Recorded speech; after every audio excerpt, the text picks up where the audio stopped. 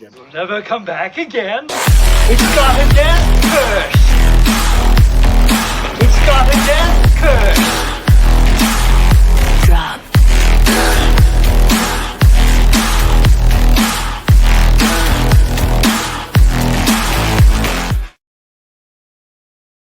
Welcome to the Death Curse Club. I am owner-operator of said establishment, Zach Hilton, and this is the first time we've ever done this. So you stick around, you listen, you watch, you follow us on Instagram, Threads, Death Curse Club. Alongside with me on this episode is the one, the only, the Jim. Yes, I'm here again. He's here again. Yes, I hear him a ratings draw. You are. You're Mr. Ratings, Jim. That's what I've heard, and I'm sticking to it. On this episode, we got a lot to get into. We're going to talk about the Dark Universe, the Universal Monsters coming to Epic Universe. We got our first official image of that. We also have some stuff that I usually don't get into here. But again, like the Wolfman, they keep bringing it out in me. And I want to get Jim's thoughts on some things about the Dark Universe. So we'll get into that at the end of the show. I'm going to throw up this here. We're going to talk Buffy the Vampire Slayer because I did mention this on the show the other weeks. Weeks have passed. But there you go. You can see Sarah Michelle Gellar right there. And even on this, it says, early last month came the news of Sarah Michelle Gellar was in final stages of negotiations to reprise her role as the iconic role of Buffy Summers from Buffy the Vampire Slayer, a continuation that's going to be on Hulu. Now, what's interesting about that, I didn't see that they said Hulu already. So it's interesting that that's a factor there. As we said before, it would be a revival of the beloved supernatural drama that would be directed by Oscar winner Chloe Zhao, along with having Poker Face showrunners Nora and Lila Zuckerman as writers and longtime television executive Gail Berman as producer. As yet untitled continuation is expected to focus on a new Slayer, with Gellar appearing in a reoccurring role rather than leading one. But Gellar was adamant on social media that they wouldn't proceed unless, quote, I was sure we would get it right.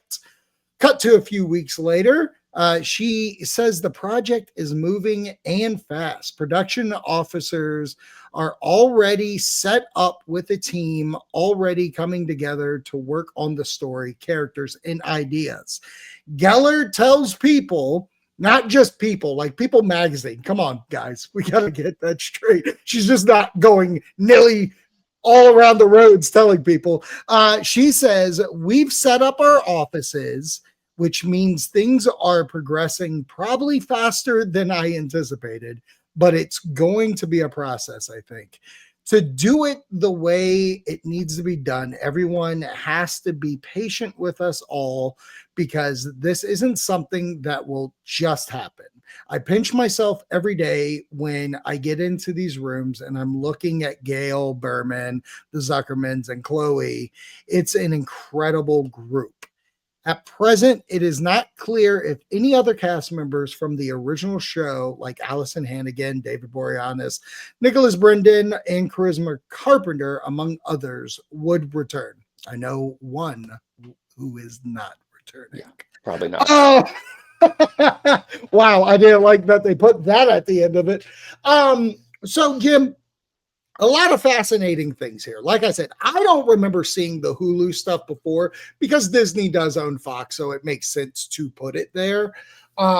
With these statements about, we have these offices, we're having our meetings. She can play fucking coy all she wants, but I feel like every quote that Sarah Michelle Gellar is going to be doing up until like the season premiere is like, I just pinch myself because we're in these meetings. I just pinch myself because the trailer dropped. I still don't know if it's going to happen. I pinch myself. I don't see that, you know what I mean? I don't want to feel like we're rushing, but tonight at 8, you can watch the new show, Vampire Slayer, that's premiering on Hulu. I don't know if it's going to happen, but I just feel like, we're getting closer to these meetings. Like, How many times is she going to say this until it's actually happening? I mean, I'm fine. I mean, I miss the days when we didn't know about anything until we came because Fair. again, when you get all this, what you end up getting is if it doesn't happen, we just spent a year talking about something that never happened. That's very fair.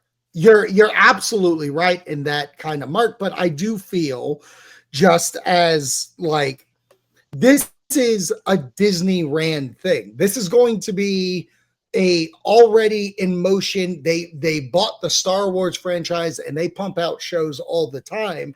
And I think in a world where Hulu's kind of feeling left in the dust. I know you're watching the new show Paradise, which is I'm hearing great things, and I think Hulu needs content itself. And I think doing a rebooted franchise is a smart play, especially when Disney, when they bought this entire Fox property, they said, we're not interested in creating new things, just taking the IP that we own and running with it. So when I hear her say things like this with the offices and stuff, I think we're further along than just like, so what do you guys want to do today? Yeah, I mean, Hulu definitely needs some new product and some new franchises. They don't really have a lot going on right now. I know Handmaid's Tale's final season kicks off finally next month. Oh, okay. Okay. But That's once good. that's over, I don't know what else Hulu has. I mean, yeah, like you said, Paradise, and it's done really well. Right. But as far as Buffy goes, yeah, I mean, I think it's a Right. good home for And it. I think we got a I'm good. excited. Yeah. No, go ahead. Okay. What were you saying? Let You're you go. excited. No, I'm alive. No, Um, I'm boy, I'll punch you in the mouth. You keep interrupting one more time. oh, there must be a Let delay. the internet's catch up with. Yeah, I think the internet's probably having a problem because somebody came home and turned on something. But that's fine. It'll catch itself up. But as far as Buffy goes, what is your anticipation for the show? And do you think, yes, she is going to be a reoccurring character, not the main focal point? Does this sound like also maybe she's only in the first season, or is she going to be Giles style and go the entire time? Well, first of all, I've never watched the original show, so there's that. So my Mm-hmm. expectations are pretty blank. And Gotcha. the fact that it's on Hulu and with the pedigree of your director and showrunners, actually that elevates it a little bit for me. So I'm expecting it Oh not to wow. look like the original show. Okay. A Okay. little Fair bit better enough. production value. I would hope so. Yeah. Uh, as far as her role, I mean, she had a role on the Dexter prequel that was pretty much basic background, and she Mm-hmm. seemed pretty content with that. So I can Right. see her coming onto this and just kind of being a part of as like a producer and appearing through the first season and calling it a day. Do you think that's what maybe the goal is for her? Like you said, she's playing this background character. Maybe she doesn't want to take these leading roles anymore because she does have a family like at home with Freddie and the kids and stuff, and like being the front and center person and running like, to speak in WWE terms, like she doesn't want to be the champion because you're always doing interviews, you're always on call, you have to be the front and center of this. If she takes the backseat and does help out with the initial, like, getting the show out there, doing the promotion, eventually whoever the main slayer is can take that baton and roll in a Creed like sense, like Sylvester Stallone left after the second movie. Granted, I'm sure that he didn't want to, but they were like, okay, you've been here far enough. Now we're going to have Michael B. Jordan running the show from here on out. Maybe that's the sense here. Maybe she does only last a season or two. I would really like them to get 2 seasons out of her, if anything. Yeah, I think for me, because I never watched the show, I don't necessarily need anybody else back. I'm fine with just having her on. So much of it's going Mm-hmm. to be on the shoulders of whoever they cast as your main new Slayer. And I'd be fine with Right. them killing off Buffy at the end of season one. For me personally, I don't think you need the entire cast to come back, especially. I mean, with everything that happened with Joss and how everybody felt about it, like I would honestly, I would want Allison Hannigan to come back because I do think Willow could do almost the replacement of Buffy if Buffy eventually goes away.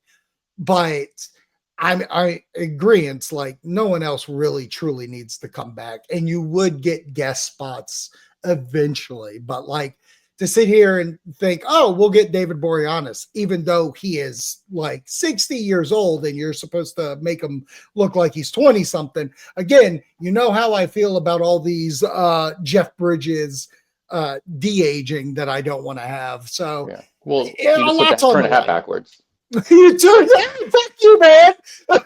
That's the Saw treatment. Don't you know that? That's what they did in Saw. Oh, that's right. We'll get into that subject in a little bit, but you did bring something to me that I want to. Well, we'll do your initial one because I don't have that article actually up. But you told me earlier that apparently someone brought up Gremlins to Jenna Ortega. Like, give me a feel of what you've seen. All I saw essentially was that she's definitely very interested in doing Gremlins 3. That Wow. her response was call me. Like, who asked her? I'm guessing this is. I think it was probably promotion. on the promotion for Death of a Unicorn, Right. and probably Wednesday coming up too, and all that kind of stuff. Yeah. Well, I mean, you've done Wednesday. You did Beetlejuice. Like, I do. Are we just going to book her in all our nostalgia properties now? Is that what we're doing? I'm fine with that. Like, do you think she would be the kid of Phoebe Cates and fucking what's his nuts? Billy? Yeah. Zach Galligan? I don't know. I mean, because you don't necessarily need. Again, Phoebe Cates is retired, so she's not. Oh coming yeah, back. you're right. You're right. She's been retired for 20-something years. That's right. She's married to Kevin Kline, I believe. Yeah.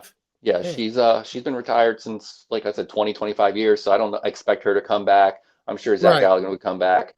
Yes. So yeah, I guess you don't need to. Yeah, I guess you don't need to connect it. Yeah. I think. Yeah, I love that. We just keep talking. No, it's one of those things where is Gremlins that nostalgia property where the humans actually mattered? Because I do see a fight for I want Billy in it. I want him to take over the dad's role of how he's trying to get the family business going. That being said, no one's Beetlejuice iconic in that. No one's like Catherine O'Hara great like how you use her in Beetlejuice. So you could technically just be like, oh, new family found the Mogwai and Gremlins, and that's what people want to see. People just want to see disgusting Gremlins and Gizmo doing Gizmo. So the only person that has to come back is Howie Mandel. Howie has to come back to voice Gizmo or Gizmo Kid. I think you could. Man, I see a trend with me today. I think you could kill off Billy. God damn it! In the opening of the movie. You don't even need to do it on screen. Wow. You just basically, and that's how Gizmo's in the house by himself and is found by Jenna Ortega and family or whoever. And that's how you kind of go forward. If he doesn't want to come back for whatever reason. The fact that you were like kill him off screen and don't even give him a goodbye like in Beetlejuice where Jeff Jeffrey Jones is a claymation. We're not even doing that. I guess my biggest question is Joe Dante going to come back and direct, or is he going to pass it off to somebody else? Because he's pretty much, it's his thing. He's in control of it. He's retired as well, isn't he? He kind of works. I think he's been involved with the cartoon. I think he's pretty much said that he would do a Gremlins 3 if they had a good idea for it. He didn't want to do Gremlins 2, but he did it eventually. But see, and that's the thing for me is Gremlins to Gremlins 2 are completely different movies. One, I mean, he went straight slapstick. That next one, I mean, balls to the wall, cocaine fueled script. And I'm like, if you're doing a Gremlins 3, I don't necessarily want you to sit like how Ghostbusters Afterlife is like. Well, remember Ghostbusters? We're going to do that. We're going to hit you with the emotional feels. I don't want that. I just want disgusting fucking creatures. And I don't need you to tell me like, oh, we're homaging part 1. Oh, we're doing this. It takes place on Christmas, just like the original one. Like, I don't think any of that is necessary. I think if you just came out and were like Gremlins 3 fucking takeover, so we could set up Gremlins 4 where it's like, oh no, they're all over the place. Like, you need the Jurassic World this bitch. Right. Fuck you. The title of the movie is Gremlins World. And you do like the logo of Jurassic Park with a gremlin. Yeah, I mean, Gremlins 2 already poked fun at Gremlins 1.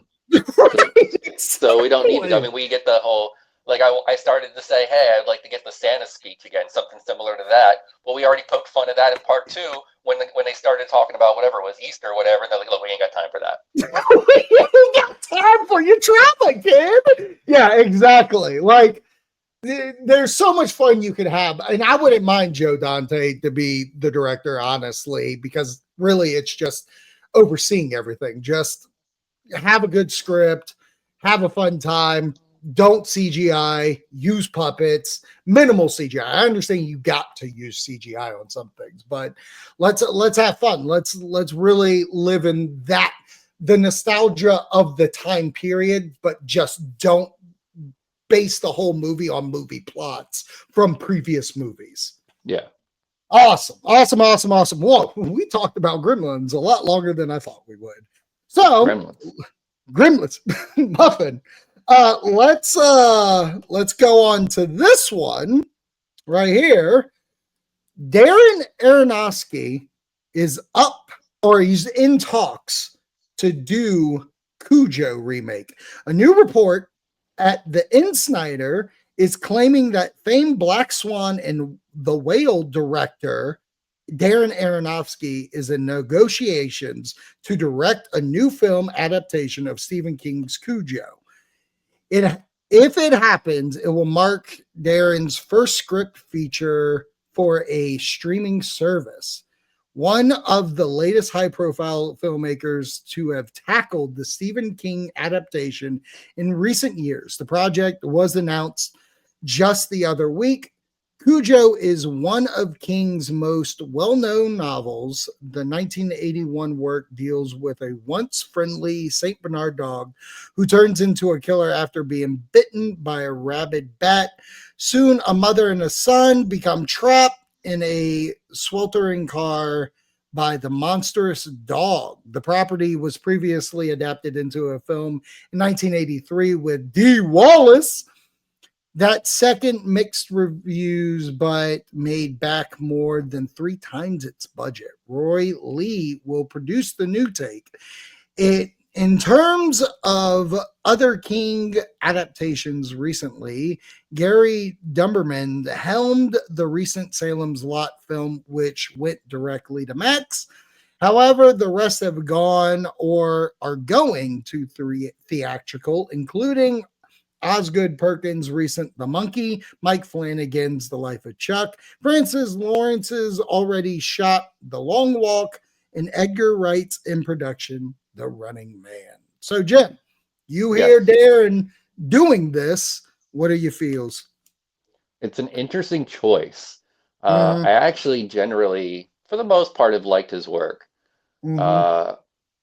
So I don't know. Like, it's a weird choice because it's just such a simple story. It's a very just simple, basic dog and attacking the car story. There's not a lot to it. Right. So I don't know what he brings to the table. It could be interesting. So here's how I feel.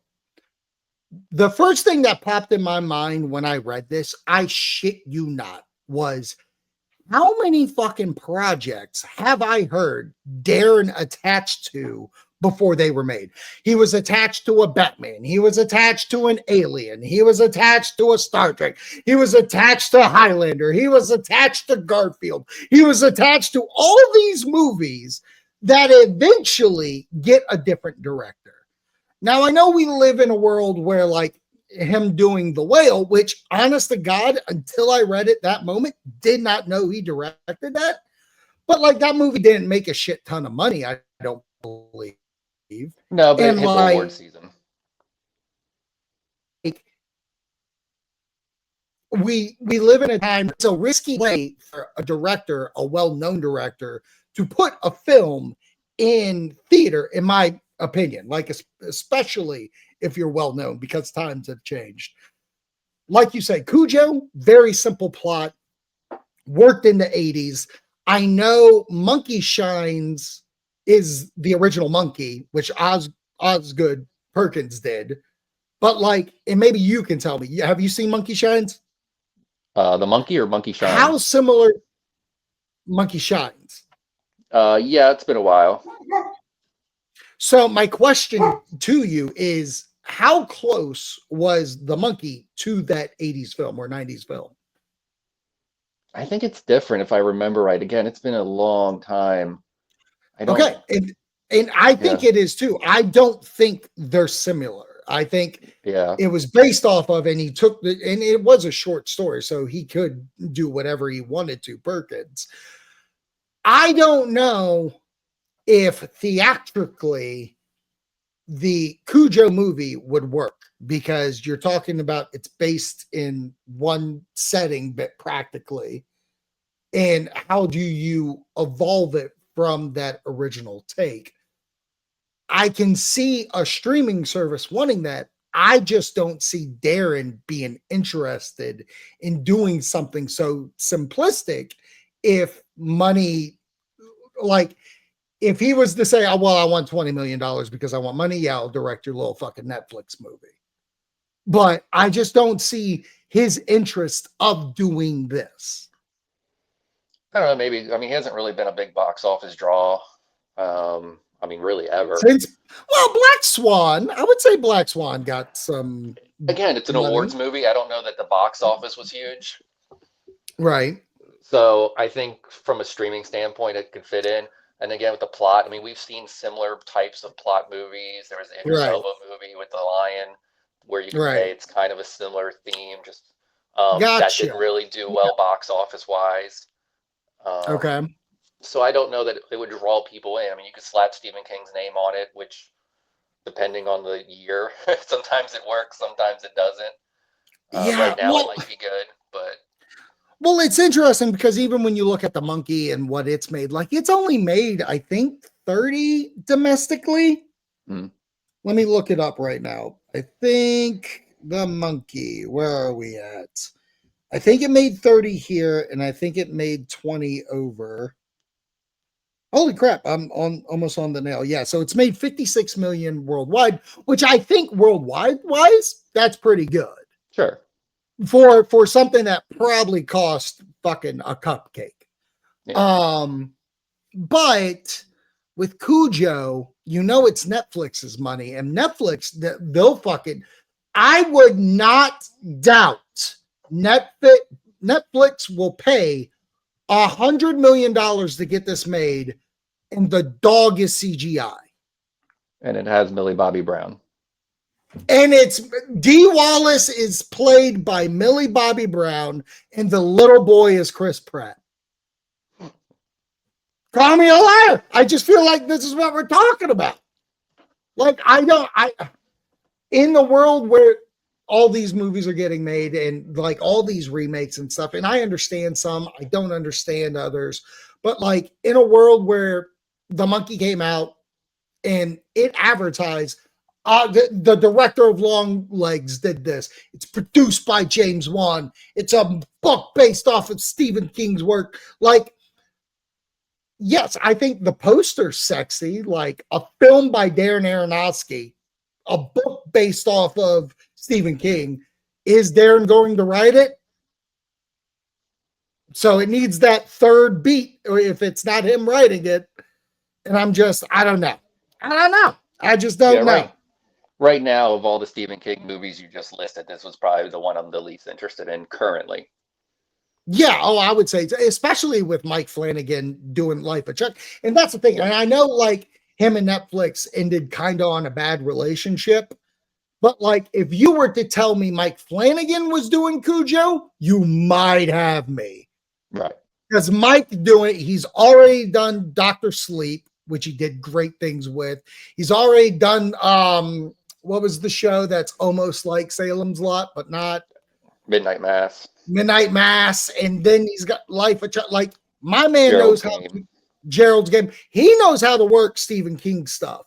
And if you were to sit here and say that, you have me way more interested because he'll honor that like original work by also throwing some twists of his own in there. And I think that's what would get me excited about this, not Darren. And I'm interested in Running Man. I think that there's a lot about Running Man I like. Yeah, and Running Man, like I read in there, that's Darren, or I'm sorry, Edgar Wright. Edgar Wright. It's Edgar Wright. It's with Glenn Powell, and it's going to stick closer to the book than what we got in the movie. I mean, I'm into that. The Long Walk, I can't see that being theatrical at all. I don't even know what that is. It's another book that he wrote under the Richard Bachman name, kind of like The Running Man. And it's basically where you had, I don't know, we'll just say 100 people walking and they can't stop.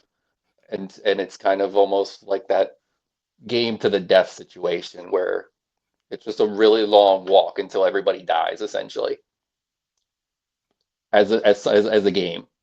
Oh my God. I mean, I like the book. I like the story. I just don't know how it works. I'm fine. Yeah. Yeah. I mean, you know what? People can pull out some amazing stuff. So who knows? But you know what isn't amazing? And we're not going to be pulling out anytime soon? The Saw franchise. Saw 11 is dead. Franchise might be over. Let me see what they say here on Dark Horizons. All right, here we go. After 2 decades and 10 films, the Saw franchise may have reached its end. Is it 10 films? Was Spiral not, or was Spiral included in those 10? Yeah. Okay. Because the main run was 7, and then Jigsaw, then Spiral. Gotcha. 2023's Saw X became the best reviewed film in the series and grossed 111 million worldwide. Lionsgate was so happy in the result that they quickly greenlit Saw 11 for a September 2024 release. Last spring, the release was then pushed back to September 2025. Today, Bloody Disgusting reports that according to its sources, the project ID totally dead. It's 100% over, almost a year now. Their sources say everything fell apart back in January of last year when the producers started fighting. One tried to plow forward while the other put up roadblocks. Meanwhile, Studio Lionsgate didn't have anyone to smooth it over the disagreement. With the film effectively canceled, the franchise is effectively dead. And the insider says the franchise will likely either be sold on or will reboot and start over. They add greed and ego won at the end of the day. The 10 films had pulled in $1.1 billion off a combined $120 million budget to date. Wowie, Jim. So my first takeaway of this, it's Friday the 13th all over again. Like the fact is that producers got in the way of each other of what they wanted to do. And that last Saw film, boy, oh boy, I watched that at home. I heard good things in theater. I wish I saw it in theater because I thought story was great, cast was great. I thought it was different. And I think that's what really won a lot of people over is because after Saw 2, it was like same old, same old, same old, same old, same old, same old, same old. Nothing like evolved. And they finally made a evolved thing. And it sounds like one producer wanted to continue to evolve while the other was like, fuck that. Money's my jam. I don't care what it is. And they just butted heads. So, Jim, a lot of questions I got for you here is one, how do you reboot this there with those producers if they've already were like, didn't want to do anything with it? Like, you can't just say, okay, it's over, and you don't get them a cut of the pie if they have so much say so. So does that mean they have to sell it to someone else? I would think so. I mean, I personally would just let it die for like 10 years. Yeah. I think otherwise you're going to have a hard time rebooting. Mm-hmm. I don't, you have too much. If you have all that drama behind the scenes, then you got Tobin Bell who's getting older. I'm pretty sure Yeah. I've seen recently that his health's not always great. Right. So I don't know how you reboot it right now. I don't think you reboot it right now. I think the smart play here for Lionsgate, because Lionsgate, I think, is having a tough time. Like they get minor hits. Like I know earlier this year they dropped 2 movies in theater and they got kind of wins. But I feel like with like places like Village Roadshow, who's bankrupt right now, it's almost ideal if Lionsgate was like back pocketing this franchise to sell to someone to give them money just in case if shit's going sour. Because I think Lionsgate did a wonderful job with these 10. You keep those rights like how Paramount kept the rights to the first 8, and they keep making different box sets. Every time like Scream Factory or Arrow comes out with a box set, Paramount's around the corner being like, oh yeah, well check out our Just 8 box set that you can pick up exclusively at Walmart. Like it's wild. For me, I think a smart bid would be like, I'm going to keep this back here until Jason Blum wants me to call him.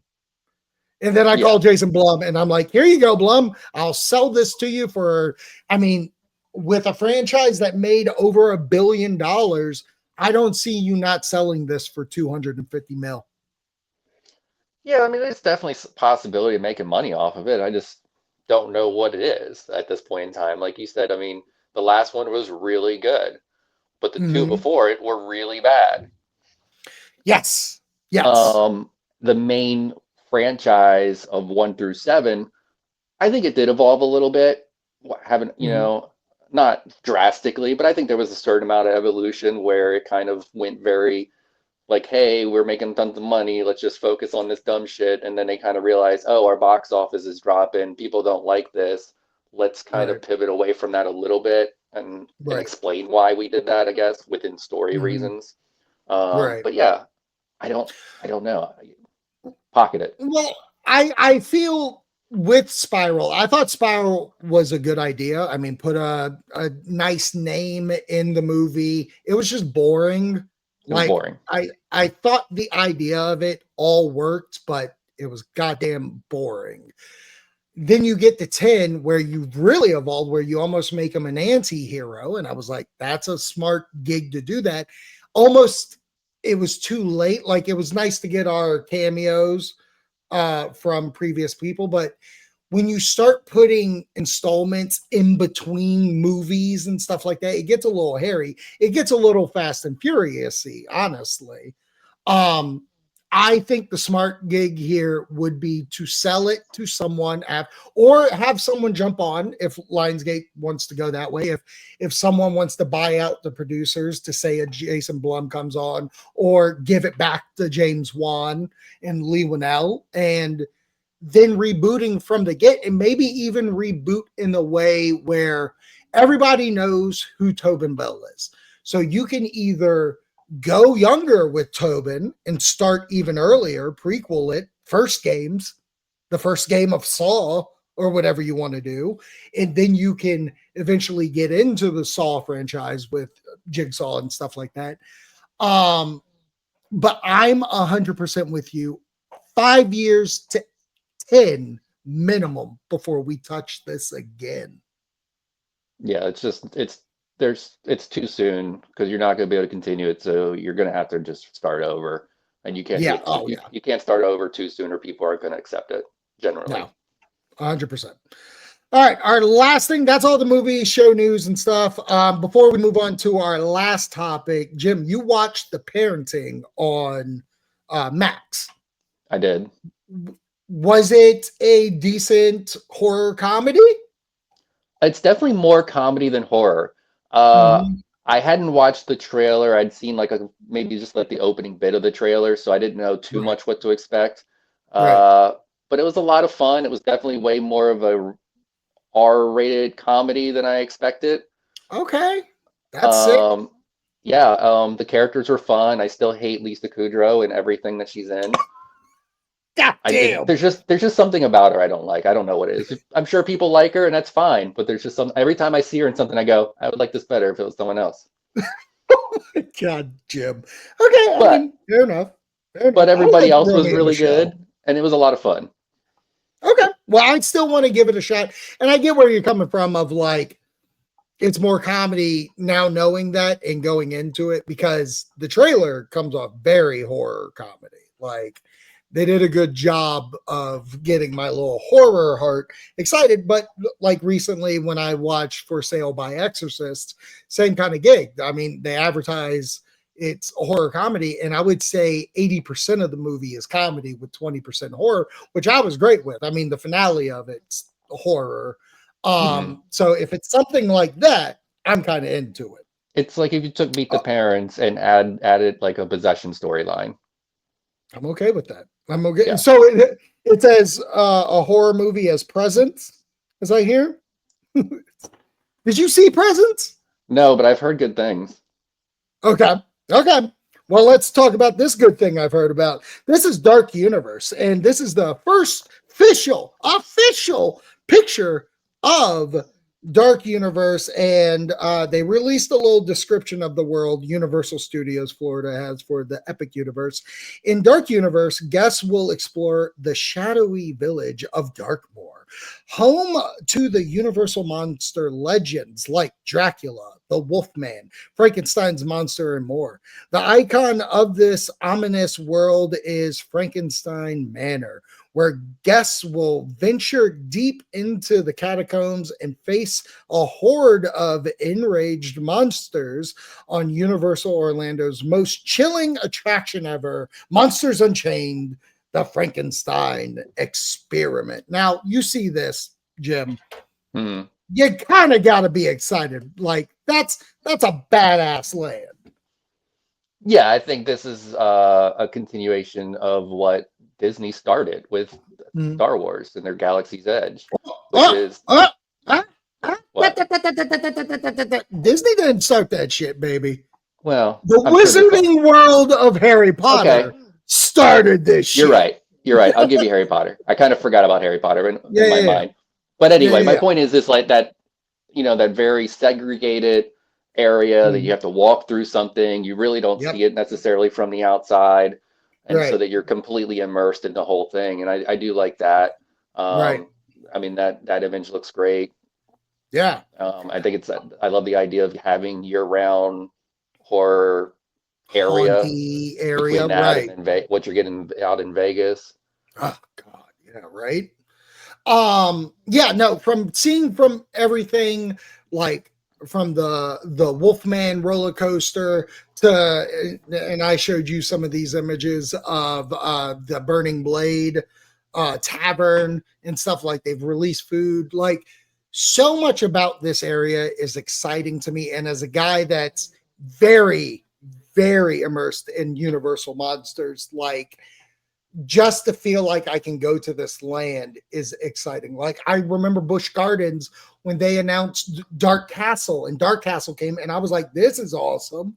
And it went away. And I'll be quite honest, I think people loved it so much, and they knew there's this taste of horror that people wanted, that they reinvented Dark Castle into Dark Coaster. Like, this stuff works, and I think this land's going to work. In Epic Universe as a total, between How to Train Your Dragon, Dark Universe, Mario or Super Nintendo, and the Wizarding World, I think all these lands are so amazing. And this is where my big part of this episode, like the fan base of HHN, Universal, the horror side of that fan base. I think there are wonderful people. I think there's decent content creators that strictly focus on that stuff. How I was a former content creator of that. But I gotta tell you, pal, I am absolutely fucking tired of the amount of negativity that comes into like any part of something this brand does. Horror. It is never, absolutely never good enough. They have no problem taking their jabs. This fucking land was not even announced, and everybody's like, I can't wait, I can't wait, I can't wait, I can't wait. They announced it. God damn, I can't wait, I can't wait, I can't wait. We're seeing flyby drone footage. God damn, I can't wait, can't wait, can't wait. We get our first taste of it. Let's make fun of it. Let's just make fucking fun of it. And I have an image here. This is so it's stemming currently from right now they're doing like team member previews. And this is my favorite thing in the world, and I couldn't wait to talk about this, is that they were doing team member previews, like immediate team member, get to go in there, go write some stuff, do the lands and stuff. Everybody's having a good old time. Then they were like, guess what we're doing? We're going to allow you to bring 3 family members. And then there was an uprising between those team members that were like, well, what if I'm not close to my family? I'm close to my friends. I'm close to my friends to come in here. Okay, that's fine. We'll let you bring 3 of the closest people that you think are friends. And you know what? All I've seen? Content fucking creators that begged any of these people to let them come in here just to let them see it first. Now, granted, they can't take pictures, they can't do anything like that, but there are like meet and greet pictures that you can take, like official Universal. I mean, they're going to have to do that. So there have been pictures dropping currently, and this is the first one. The Frankenstein monster is what's being kind of, we'll say, laughed at. Now, Jim, I'm going to show you this, and you want to give your feeling, give your goddamn feeling. Right. But I see this posted, and this person who tweeted, I don't want to give them fame, wrote out there, I can't unsee it, cry face. Here's my fucking thing. I don't think either of those fucking guys look the same, and you're also taking it from a picture that you weren't there. Who took this picture of Frankenstein was speculation matter, whatever, like when he got to go in there. But like, you look at it, I see a decomposing body. I see great coloring on the Frankenstein monster. And most of all, I see prosthetic, not a full-blown mask. Like if you go to Universal Hollywood, where it's almost Boris Karloff's face just over some guy's head that they bought at Spirit Halloween. And that's not even like me trying to take a jab here. I'm just saying, if we're going to like fight between, and that's what they've said. They said the Hollywood one looks better. Jim, I look at Frankie and I'm like, he looks fucking awesome. Yeah, I think he looks good. Am I wrong? The people are going to joke, obviously. They're going to be like, oh, the green tone is probably what they're, but again, that's kind of what he's always had. I think with the prosthetic stuff, it looks good. I don't follow this stuff as much as you do, but I've always seen the whole thing of like, oh, California's better, or, you know, whichever one you don't go to, oh, theirs is going to be better this year because we're screwed this year. And it's always that. I mean, that's how people feel. They're always just going to be like, oh, let's just whatever. I didn't have the tweet added on to this, and like, this is another one that's been going around, like. And even the guy who tweeted this said, like, oh my God, they're using prosthetics. Good job. Like, not just full-blown masks. But like, what my issue is like, you're not even in the park and you're memeing this shit. Sure. And I don't know. I get worked up about this because like, I really love going to these events. I really love the time that they put in. I've never once been like, let me make fun of this fucking thing for like all time. Like, I'm just going to keep making memes. I'm gonna do this. Like, why do you even fucking go? Why not just stay in your goddamn basement, go play Minecraft, or you know what, play Roblox, fucking Universal Studios Florida. You can create whatever fucking world that you want to. You can make your own Universal Park and you can fucking live in that. But I'm just so fucking tired of negativity just from the horror brand. Like, people have been walking around that entire park. I ain't seeing shit about Burke. I ain't seeing shit about Wizarding World. I ain't seeing shit about Celestial Park. I'm not seeing shit about Super Nintendo. But goddamn, when it comes to horror, boy, oh boy, I got notes. I'm a community. I'm a community. I got notes on your product, even though I don't know how to do it.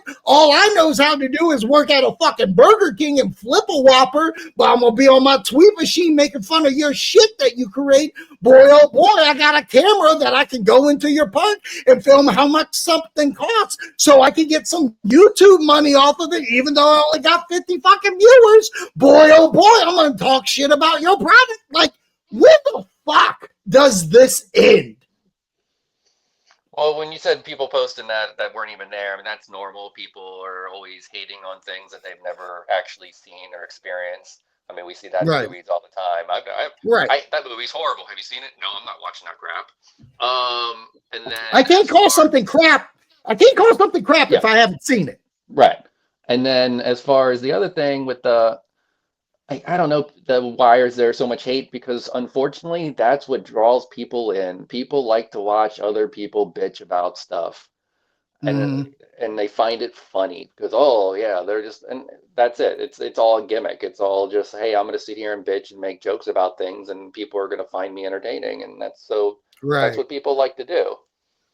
I don't know. I think we're on the precipice of fucking a new world of theme park that, like, even if you looked at that and were like, God damn, that looks a little goofy in your head, if you wanted to say that. But in my eyes, how awesome the prosthetic looks of just like they tried something new. We're getting something new. I went to HHN in 2018, the first Universal Monster House that they had there, like in recent memory or whatnot. I did the Scare Actor Dining. The Scare Actor Dining had a meet and greet with the bride and Frankenstein. I went up there. Frankenstein, it's just a mask. I mean, like, not even a movable mask. The fucking thing had like a mouth open. It was just like, whatever it is, right? Just fucking doing that.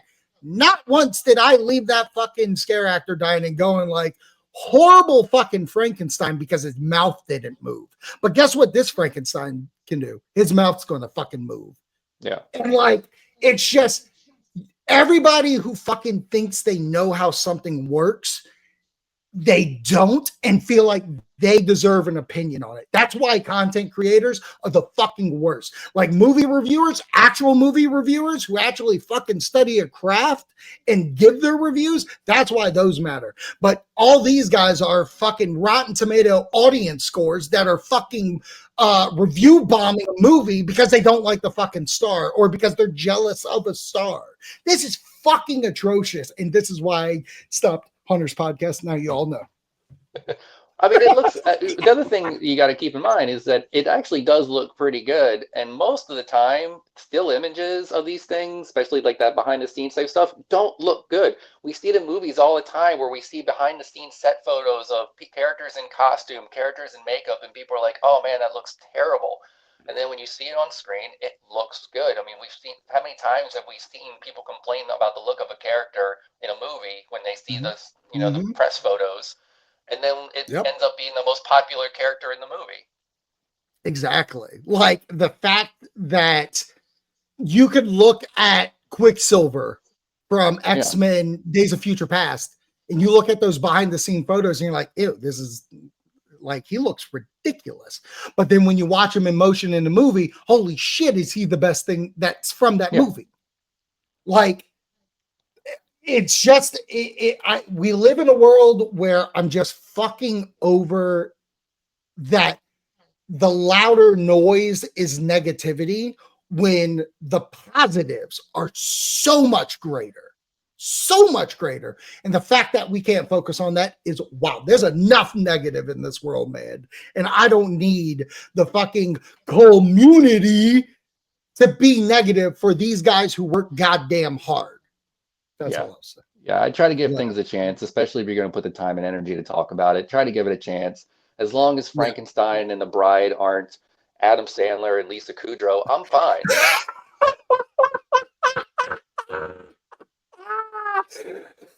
Fucking Bride's like, oh, look, fire now. Woo!